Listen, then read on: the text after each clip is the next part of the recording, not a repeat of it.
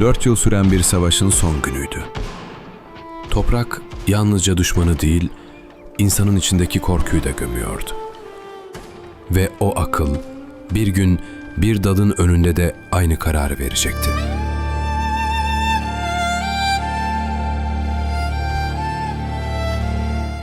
Arkasındaki askerler, bıraksan Afyon Ovası'na tek başına düşmanın üzerinden atlayacaktı diye düşündüler. Atatürk yıllar sonra ülkesini gezerken Kurtuluş Savaşı bitti.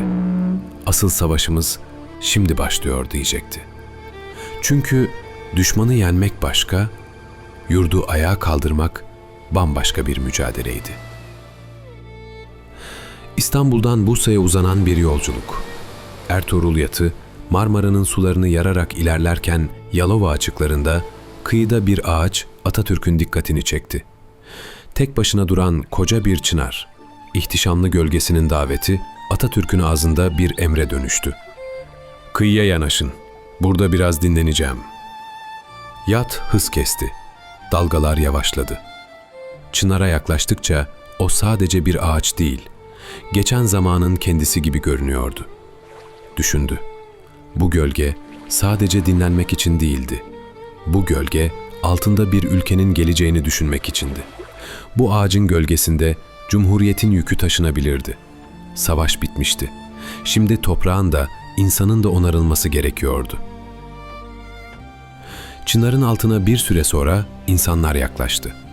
Yalova'nın halkı merakla ve saygıyla durdu.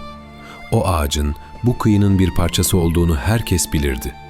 Atatürk onlarla biraz sohbet ettikten sonra dönüp ağaca baktı ve sordu. "Bu çınar ne zamandır burada?"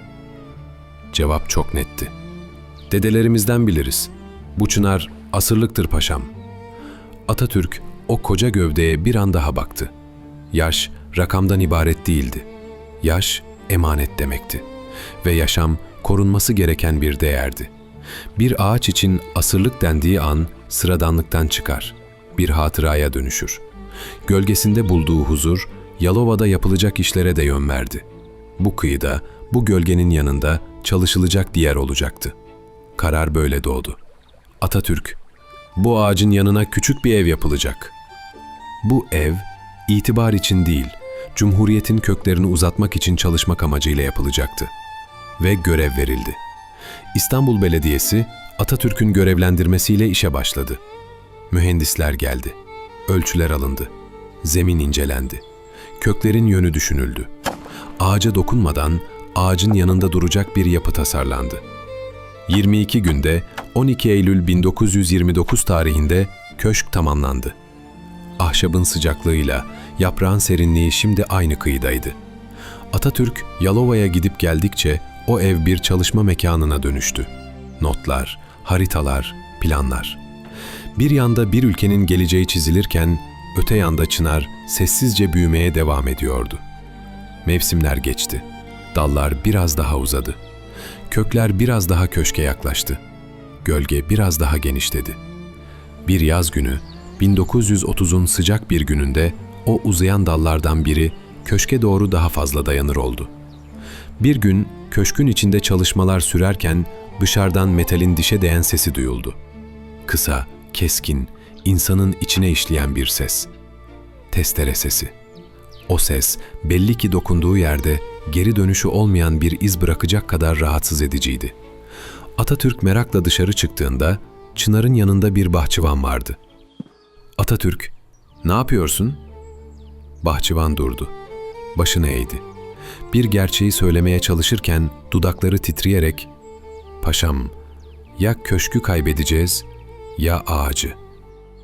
O an bir sessizlik oldu. Bu cümlede iki yol vardı. Kolay olan yol belliydi. Ağacı kesmek ve sorunu bitirmek. Ama o bitiriş aslında kaybetmekti. Atatürk bahçıvana baktı. Soru bir hesap soruş gibi değildi. Bir vicdan hatırlatması gibiydi. "Atatürk, sen hiç böyle bir ağaç yetiştirdin mi?" Bu soru bahçıvanın elindeki testereyi bir anda ağırlaştırdı. Zaman durdu. Çünkü ağacı kesme düşüncesi böyle bir ağacı yetiştirme fikrinden çok daha kolaydı. zor olan kazanmaktı. Köşk yeniden yapılırdı. Ahşap bulunurdu, usta bulunurdu. Ama asırlık bir çınarı yetiştirmek, bir ömrü toprağa emanet etmek demekti. Bir ağacın yaşama sevincini gören Atatürk, onu yok etmektense köşkü yürütmeyi düşündü. Ve karar artık bir fikir değil, bir emir gibi netleşti. Ağaç kesilmeyecek, köşk kaydırılacak. Çünkü cana kıymak, kolay olanı seçmekti. Ve o, hiçbir şeyi kolay yoldan kazanmadı. Cumhuriyet, sabırla büyütülen bir fikir olmalıydı. Tıpkı asırlık bir çınar gibi. İnsan bir köşkü yeniden yapabilir. Konaklar, hatta saraylar bile yapabilir. Ama doğaya duyduğu saygıdan, o çınarı yaşatma çabası, Atatürk'ün aklında Cumhuriyeti yaşatma fikri kadar kıymetliydi. Köşkün çevresi kazıldı. Temel seviyesine kadar inildi. Yapı, toprağın üstünde oturan bir ağırlık olmaktan çıkarıldı. Her şey dikkatle hesaplandı. Ahşabın kırılganlığı, duvarların dengesi, en küçük çatlağın bile büyüyebileceği ihtimal. İstanbul'dan raylar getirildi. Şehrin tramvaylarını taşıyan demir, bu kez bir fikri taşıyacaktı.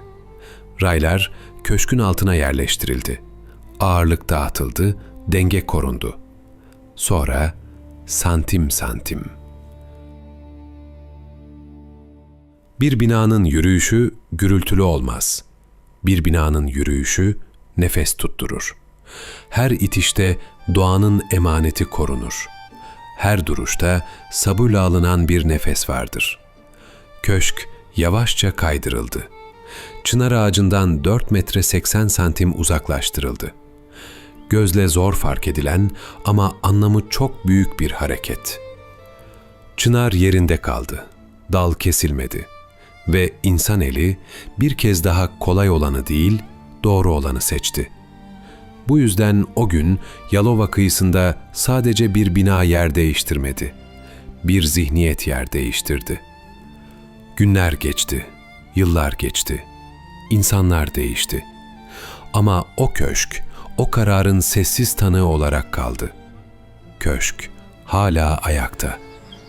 Ve çınar, asırları aşan bir zamandır bu hikayedeki yaşatma fikrini hala büyütmekte.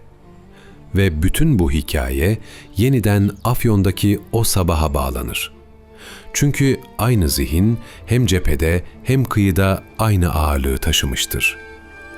O uzun savaşın son günüydü ve Atatürk o sözü söyleyecekti.